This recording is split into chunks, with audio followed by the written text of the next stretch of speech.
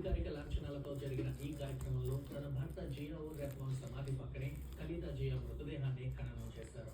ఖలీదాకు నివాళిగా బంగ్లాదేశ్ లో 3 రోజుల పాటు సంతాపం పాటిస్తున్నారు. అధికార భవనాలపై జాతీయ జెండాను ఉన్నతం చేశారు. ఆమె అంతిమయాత్ర జరిగేటప్పుడు రోడ్డుకు 2 వైపులా వేలాది మంది భద్రతా బలగాలను మోహరించారు. ఖలీదా అంత్యక్రియలకు భారత విదేశాంగ మంత్రి ఎస్ జయశంకర్ హాజరయ్యారు. గతేడాది షేక్ హసీనా గద్దెదిగిన తర్వాత భారత ప్రభుత్వం నుంచి ఇదే అత్యున్నత స్థాయి అధికారిక వేదిక. ఢిల్లీ నుంచి బీబీసీ ప్రతినిధి ఆచార్య భారత విదేశాంగ మంత్రి ఎస్ జయశంకర్ ఈ కార్యక్రమానికి హాజరయ్యారు. ప్రస్తుతం 2 దేశాల మధ్య నెలకొన్న ఉద్రిక్తతలను దృష్టిలో పెట్టుకున్నప్పుడు ఇది ప్రాధాన్యం సంతరించుకుంది.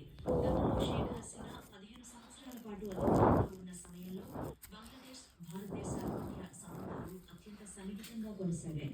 అయితే ఇప్పుడు పరిస్థితి పూర్తిగా మారిపోయింది. ఆమె భారత్కు వచ్చి ఆశ్రయం పొందడం ఇంకా ఇక్కడే ఉద్రిక్తతలకు కారణంగా ఉంది. ఆమె భారత్లో ఉండగానే మానవాళికి వ్యతిరేక నేరాల కేసులో ఆమెకు మరణశిక్ష విధించారు.